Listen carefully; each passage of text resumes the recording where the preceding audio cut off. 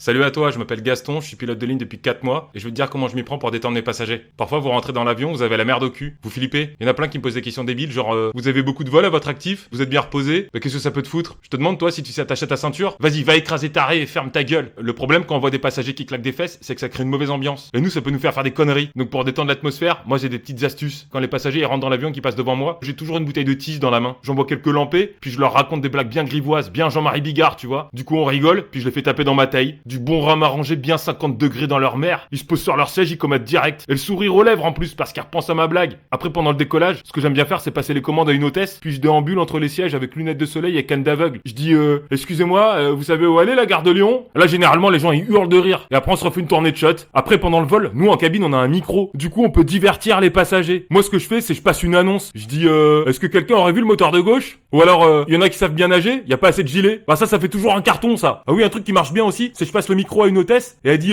est-ce qu'il y a un médecin dans l'avion? Ou un pilote? C'est pour dépanner. Là tu vois ça crée une cohésion entre les passagers. Ça tisse des liens. Et à la fin du vol ils sont tous copains. Et surtout, durant le trajet, ils s'ennuient pas. Donc ils ont pas le temps d'avoir peur. Puis si je veux finir en apothéose, au moment de l'atterrissage, je dis est-ce que quelqu'un aurait une roue de secours? Là ça crée un remous. Je laisse un temps puis je dis non c'est bon je vais le poser en Y le bordel. Puis quand on atterrit, faut entendre comment les gens ils applaudissent. Et ça tu vois, l'applaudissement des gens, ça vaut tout l'or du monde putain.